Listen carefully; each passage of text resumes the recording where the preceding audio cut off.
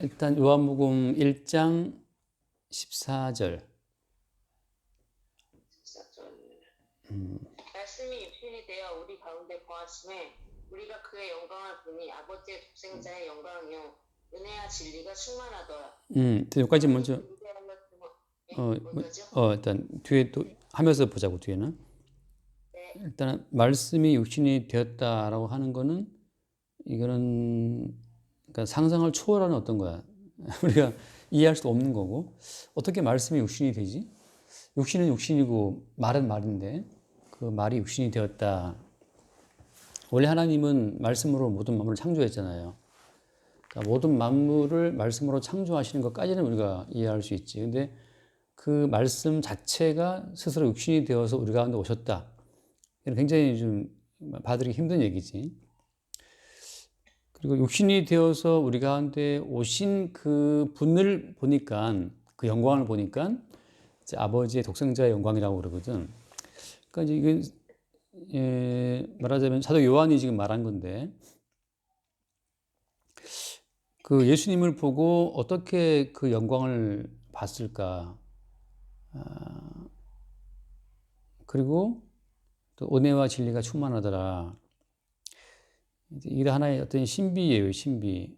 신비라고 말하면 좀 너무 좀 그냥 대충 넘어가 말 수 있지만, 내가 생각한 건 뭐냐면 말씀이 육신이 되었다라고 할 때, 그러니까 이제 사람 쪽에서, 우리 쪽에서 하나님 말씀으로 접근할 수 있는 길은 없어요.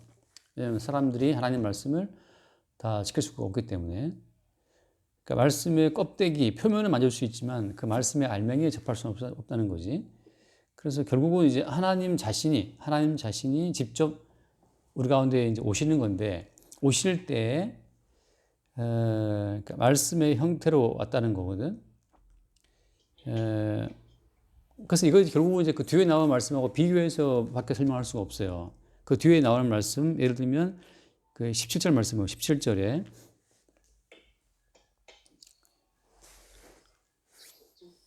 잠시만요.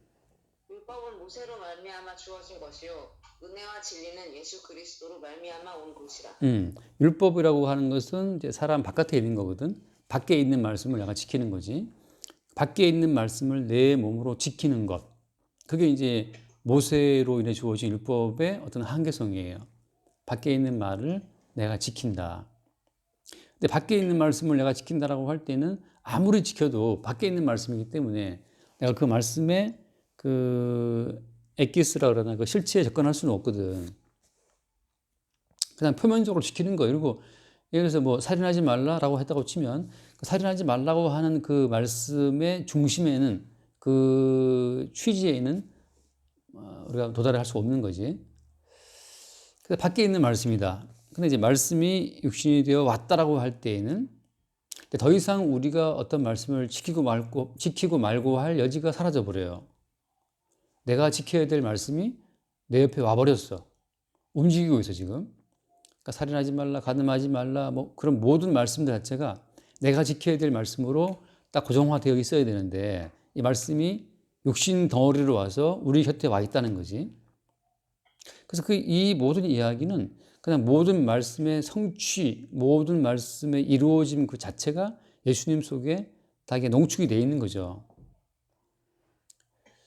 그러니까 달리 우리가 무슨 말씀을 지킬 필요가 없고, 그냥 그 모든 말씀을 완성하시고 모든 말씀을 성취하시고 그 모든 말씀을 그 말씀하신 원래의 취지를 담고 있는 그분 자체를 믿는 것 외에는 달리 길이 없어요. 왜냐하면 그분이 육신이 되어서 그 모든 말씀 자체를 다 갖고 있기 때문에. 이게 재료도 설명이 좀 아무래도 부족한 한데, 쉽게 말하면 더 이상 하는 굉장히 어떤 그 감사함을 느끼는데, 그게 바로 뭐냐면 더 이상 내가 지키고 말고 할 말씀은 남아있지 않다. 왜냐하면 말씀 그냥 자체로 오신 그분이 십자가에 죽으심으로써 모든 말씀을 다 완성했기 때문에, 그분이 자기의 몸으로 다 완성해 내시는 그 말씀에 우리가 숟가락 얹을 여지는 없는 거지.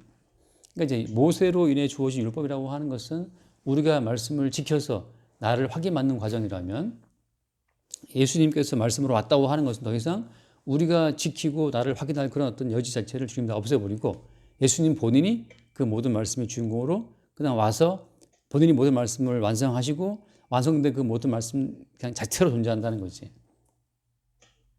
그러니까 이것을 본 요한의 고백이 바로 뭐냐 하면 아버지의 독생자의 영광이라고 하는 거예요.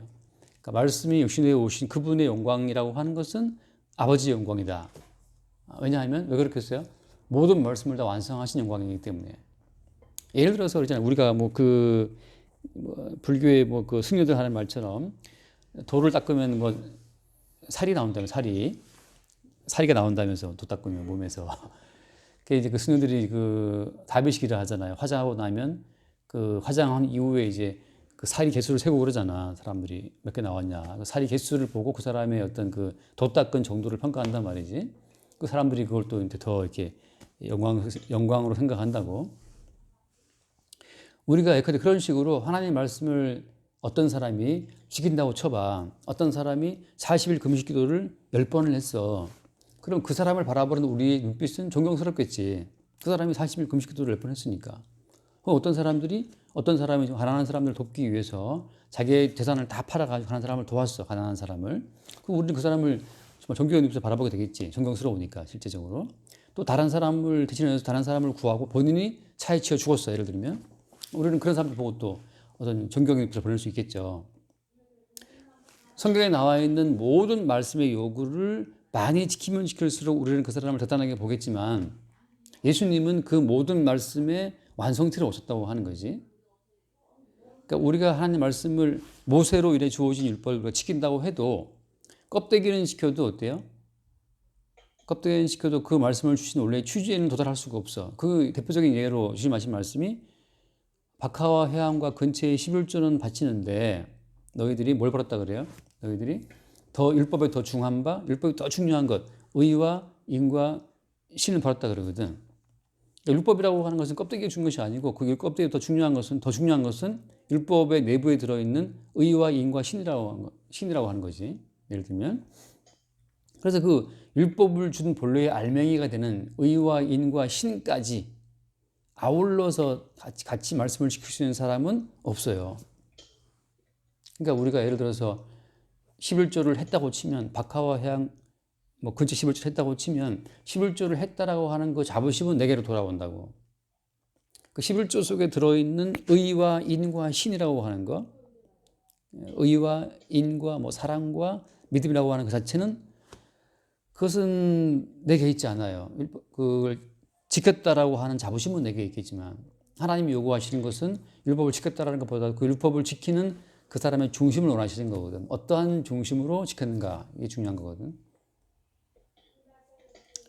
사람은 외모를 보지만 하나님 중심 보시니까. 그러니까 사랑하는 애인이 선물을 했다고 치면 우리는 그 애인이 선물한 어떤 선물 자체에 집중할 수도 있지만 예컨대 그 애인의 중심을 확인한다고 치면 그 선물을 준비한 애인의 마음속에 선물을 사느라 날아간 그 돈에 대한 아까움이 있다든지 혹은 그 선물을 줌으로써 어떻게 해보겠다라고 하는 다른 계산이 있다든지 하는 그 마음을 다 본다면 참 우리 마음이 그렇게 썩 좋지는 않을 거란 말이지.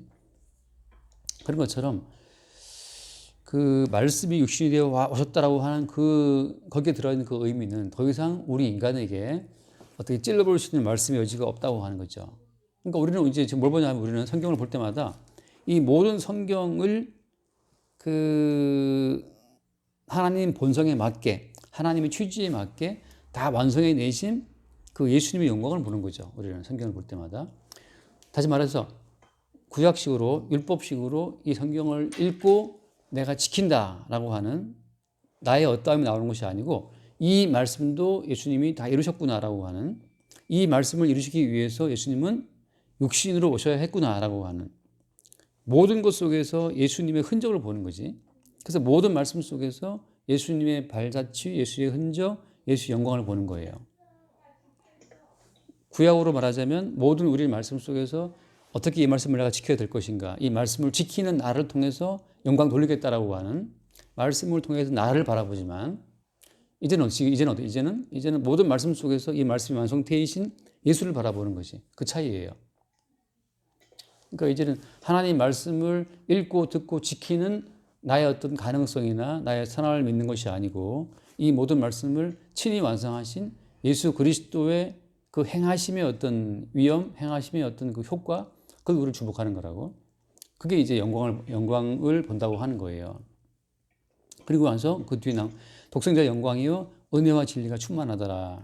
그러니까 이제는 모든 말씀을 대할 때마다 내가 지켜야 될 말씀이라고 보는 것이 아니고 예수님이 지키신 말씀이라고 보기 때문에 우리는 모든 말씀 속에서 은혜를 보는 거지. 아, 이 말씀도 주님이 이루셨구나라고 하는.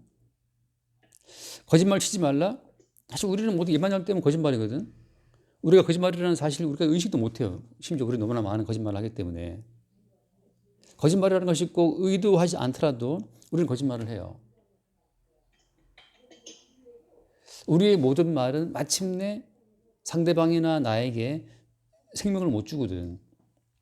어떤 얄팍한 위로는 줄 수 있지만 그 사람의 생명을 우리가 말로 줄 수는 없어요. 그러니까 우리 모든 말은 다 거짓말이야. 마침내 그에게 생명이 못 되는 말만 던지고 있거든. 나에 변명하는 말이고 나 좋으라는 말이고 서로 좋자라는 얘기거든. 그러니까 서로 좋자라고 하는 그 동화 같은 이야기를 서로 주고받고 살아가요. 우리가 서로 위로를 주고 서로 위로를 받으면서. 근데 그렇게 수없이 많은 말을 나눈다 하더라도 마지막 다가오는 죽음의 심판을 피할 수는 없거든. 그러니까 우리는 평생 거짓말만 치다가 죽는 거예요. 근데 주님께서 내가 곧 길이요 진리요 생명이다. 나를 믿는 생명이 있다고 말씀하실 때에는 예수의 모든 말씀은 우리에게 생명을 주기 때문에 그 말씀은 참이고. 그래서 은혜와 진리가 충만하다고 말하는 것은 모든 말씀을 대할 때마다 그 말씀 속에 우리는 은혜와 진리를 볼 수 있다는 거지. 왜냐하면 예수께서 친히 몸으로 와서 그 모든 말씀을 완성했기 때문에. 그러니까 이제는 달리 뭐랄까 매번 바깥에 있는 말씀이 아니고 이제는 그 모든 말씀의 덩어리로 오신 그분이 십자가에 죽으시고 부활하셔서 어때요?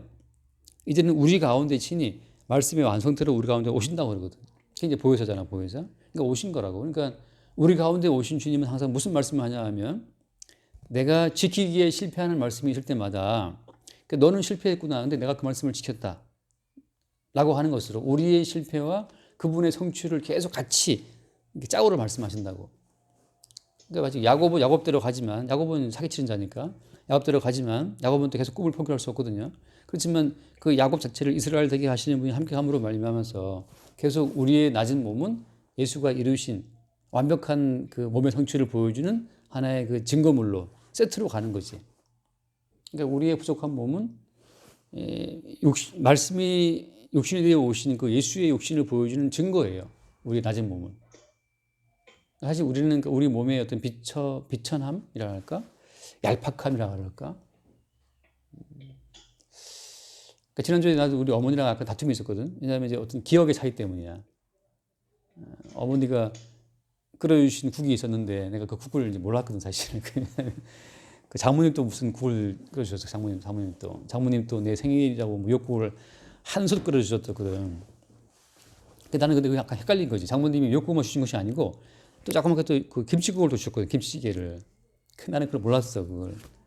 나중에 은사가 말하더라고. 그 김치찌개 주셨다고, 할머니가. 나는 김치찌개를 어머니가 주신 줄 알았거든, 계속. 그래서 나는 어머니한테 김치찌개를 줬다 그러고, 어머니는 나는 준 적 없다 그러고, 나는 다른 국을 줬다고 말씀하시고. 그래서 막 그렇게 왔다 갔다 나중에 은사가 방에 있다가 아빠, 그 외할머니 주신 거예요, 김치찌개. 그때 이제 알았지. 아, 외할머니 주신 거구나. 우리 어머니는 김치찌개를 주신 게 아니라 다른 국을 주셨는데 나는 그걸 착각했던 거지. 그러니까 우리 몸의 어떤 그 한계성이라고 하는 것은 하나님 말씀을 지킬 수가 없는 게 우리는 사람과 사람 사이에도 소통에 문제가 있는 몸이에요. 사람과 사람 사이에도 소통에 문제가 있는 몸이고 그런 말인데 이 몸으로 하나님을 상대하겠다? 그게 안 되는 거죠. 그래서 결국 율법은 무엇으로 말미암아 주어진 것이지만 그것이 뭐라 했어요? 은혜와 진리는 예수 그리스도로 왔다고 말씀하시거든. 그러니까 율법이라고 하는 것은 우리 몸의 한계를 해서 보여주는 거고 결국 우리가 하나님 보시기에 그냥 저주의 대상이라는 사실밖에 보여주지 않아요. 그래서 이제 신명기 말씀처럼 율법으로 보자면 부모에 대항하는 자는 죽어야 되거든, 말하자면. 그래서 이제 그 은혜와 진리라고 하는 것을 말씀하시는 거는 이 말씀을 하는 취지는 뭐예요?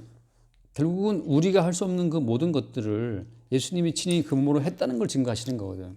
그러니까 지금 우리가 할 수 있는 것은 대단하시다, 우리 주님. 뭐가 대단하시냐면 우리 몸으로 할 수 없는 것들을 주님 몸으로 다 했기 때문에. 그래서 그 14절의 말씀은 참 너무 감사한 말씀이에요. 말씀이 육신이 되어 우리 가운데 거하신다라고 할 때는 더 이상 우리가 지키고 말고 할 여지도 없이 주님이 다 완성해 버린 거라고. 그러니까 심지어 어때? 심지어 우리는 이 모든 성경 말씀을 다 근데 몰라도 괜찮아. 몰라도. 이거 괜찮아요? 다 몰라도 이 모든 말씀의 실체이신 예수님이 십자가에 죽고 부활하셔서 우리 가운데 오셨기 때문에, 그러니까 보혜사로 오신 분이 우리 가운데 계시기 때문에 우리가 이 말씀을 다 모른다고 하더라도 아무 문제가 안 돼요. 가끔 내가 비유 드린 것처럼 강원도 골짜기에 나물 캐는 할머니가 무슨 삼위일체를 알고 성경에 어디 있는 말씀 뭐 본인이 어떻게 한 걸도 모르시는 분인데, 그래도 어때? 그래도 말씀이 육신이 되어 오신 그분이 그 할머니 속에 들어가 계시면 할머니는 말씀을 다 몰라도 말씀의 실체이신 예수로 말미암아서 구원이 이루어지는 거지. 그것이 이제 독생자의 영광이라는 거예요.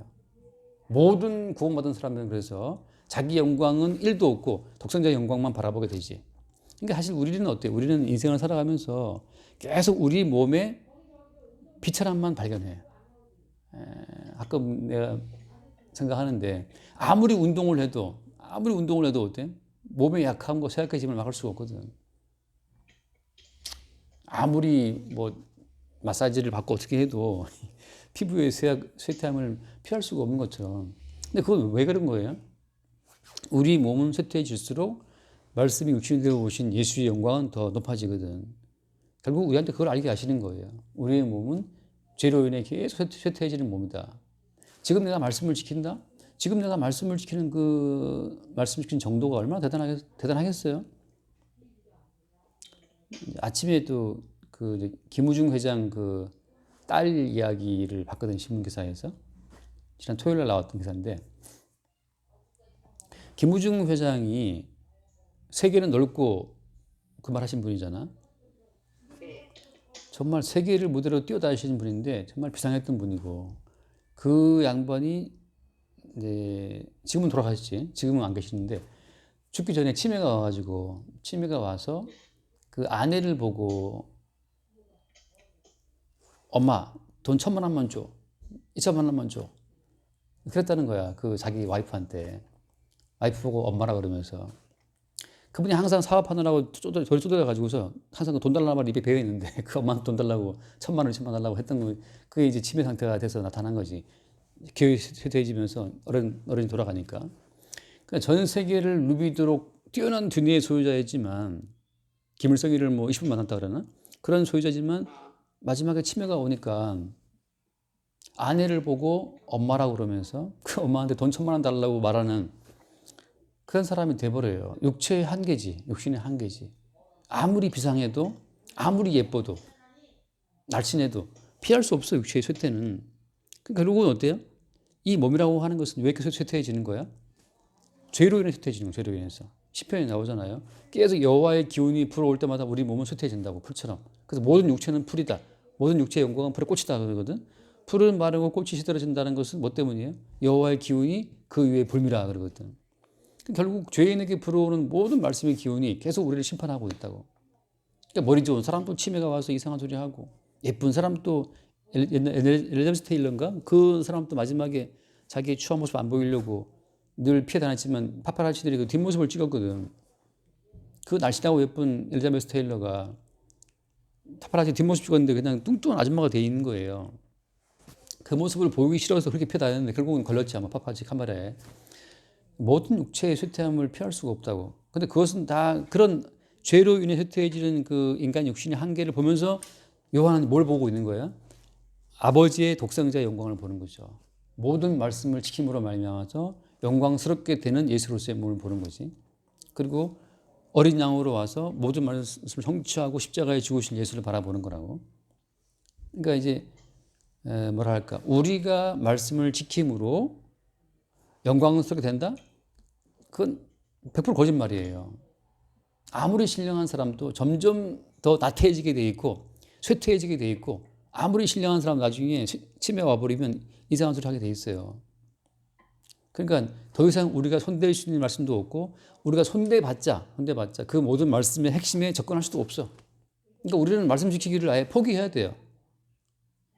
말씀을 지키려고 뭐랄까 깝치는 자체가 어때? 아니, 자기 주제를 모르고 있는, 자기 주제 파악이 안 되고 있는 거지. 그 말은 반대로 무슨 말이에요? 말씀이 육신이 되어 오신 독생자의 영광을 아직 모르는 사람이라고. 그러니까 말씀이 육신이 되어 오신 독생자의 영광을 본 사람은 야, 예수님의 이루신 걸로 충분해. 그 몸으로 이루심이 충분하다고. 더 이상 내 몸으로 뭐 어디 숟가락 얹을 필요가 전혀 없어요. 그러니까 우리는 할 게 뭐야? 우리는 할 것이 육신으로 오셔서 모든 말씀을 말씀 자체로 오신 그분을 보고 그분을 찬송하고 영광 돌리는 것으로 충분하고 그분이 주시는 그 은혜와 진리를 받아 챙기는 것으로 충분하다고. 달리 내가 말씀을 지켜서 은혜를 축적한다? 그런 건 없어요.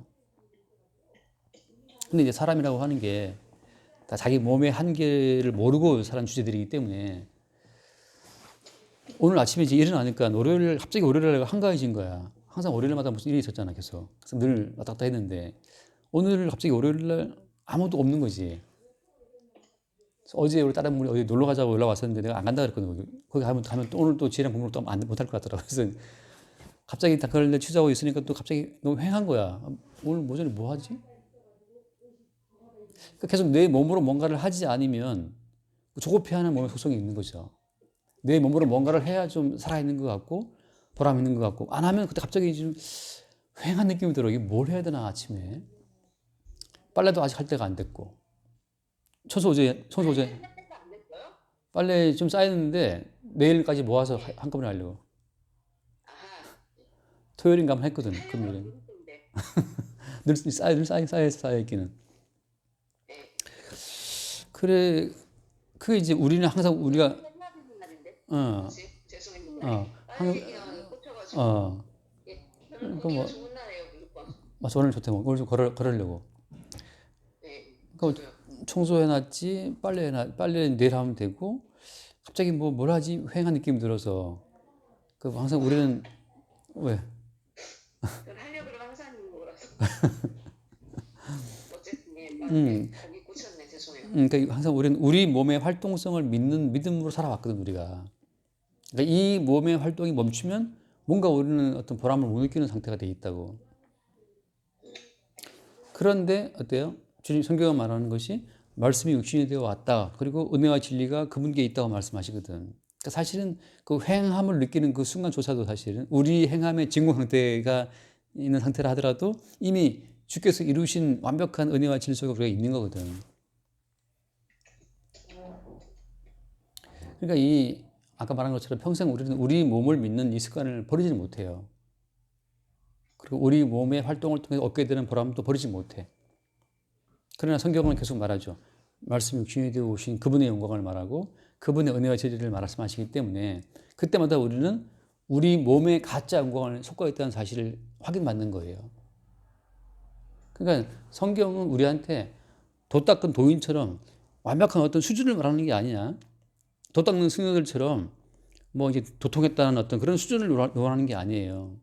목사인 당신은 어떤 수준에 이르렀냐? 천만의 말씀이에요. 수준에 이른 게 아니야. 항상 우리는 하나님 보시기에 죄인된 육체의 모습을 발견할 뿐이지. 그리고 그 공백만큼 예수께서 몸으로 이루신 성취의 효력을 발견하는 것 뿐이에요. 그러니까 말씀을 나누는 시간을 통해서 왜 말씀을 나누는 것이냐. 그거 깨달으면 우리 몸의 환상의 세계를 박살나기 위해서 몸으로 이루어진 환상의 세계가 허상이라는 사실을 확인받기 위해서 성경을 벌치는 거지.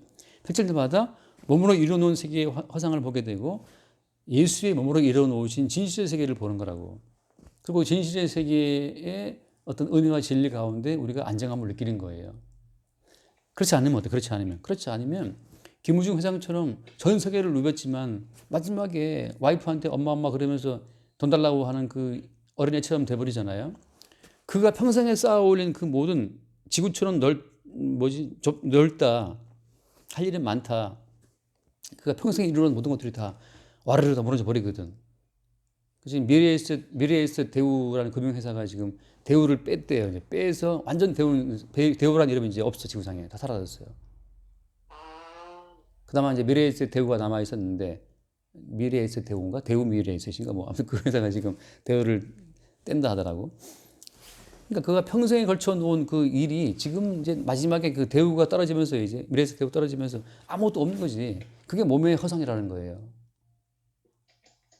세계를 누비고 공항에서 통학잠을 자면서 누볐던 그 사람의 그 몸으로 이룬 그 대우 왕국이 없는 것처럼 자꾸 우리는 속아. 우리 몸의 어떤 그 들뜬 환상에 속거든. 성경을 펼치면 우리 몸은 그냥 풀이고 꽃이에요. 그리고 그 이 제한된 몸으로 율법의 이제 모세의 율법을 지켜보겠다고, 율법을 지켜서 내 몸의 어떤 가치를 높여보겠다고 막 애쓰고 있거든. 그리고 교회들마다 한 말씀을 지켜서 네 하나님 모시기에 기쁘시게 하라 그러는데, 아무리 율법을 지킨다 하더라도 그건 모세로 말미암아 온 것이기 때문에 우리 육체의 그 말씀을 지키는 가치를 아무리 채워도 어디요?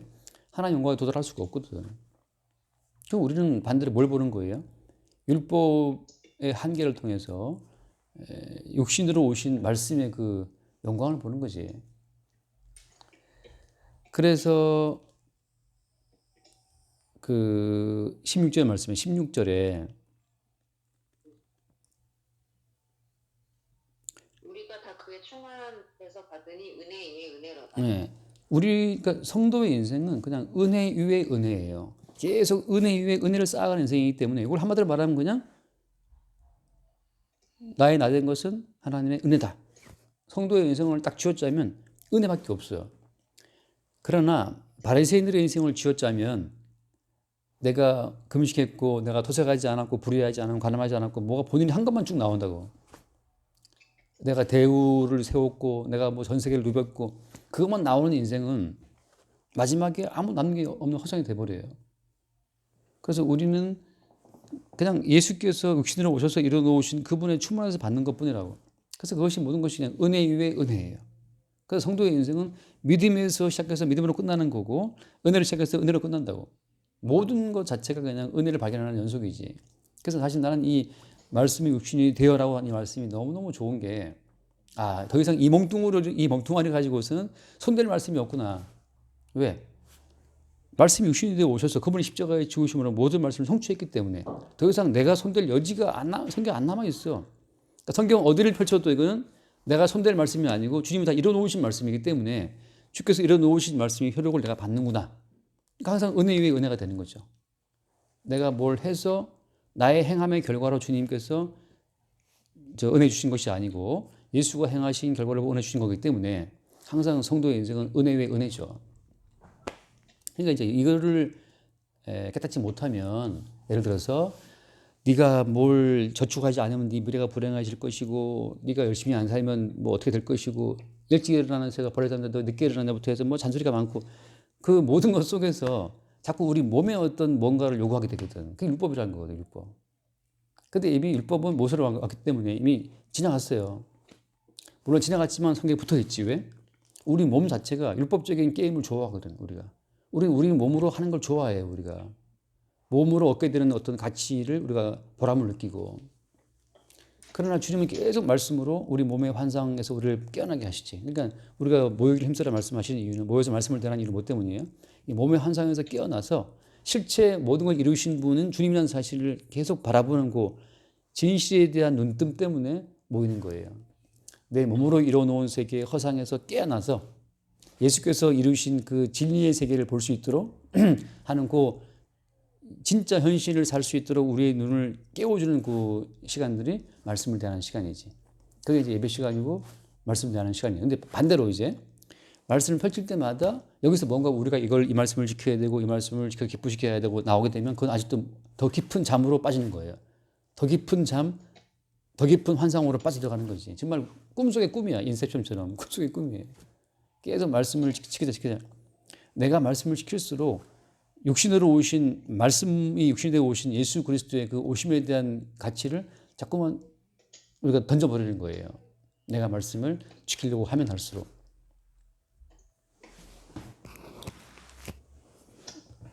여기까지 하겠다. 아무튼 이제 말씀 핵심은 다 했어요. 그래서 말씀 육신이 되었다라고 하는 이 어떤 기쁨 가운데 우리가 살아갈 수 있길 바랍니다. 기도합시다. 하나님 아버지 감사합니다. 하나님을 본 사람이 없지만 아버지 품속에 있는 독생하신 하나님, 예수님이 친히 육신을 입고 이 땅 가운데 오심으로써 모든 말씀을 성취하시고 하나님의 모든 말씀을 우리 가운데 보여주셨습니다. 우리가 우리 몸으로 손대는 말씀이 아니라 친히 주께서 이루신 이 말씀의 실체를 성경을 통해 늘 새롭게 발견하고 주의 은혜와 진리 가운데 거할 수 있도록 인도하여 주옵소서. 우리 주 예수 이름을 기도드립니다. 아멘. 네. 여기까지 하겠습니다.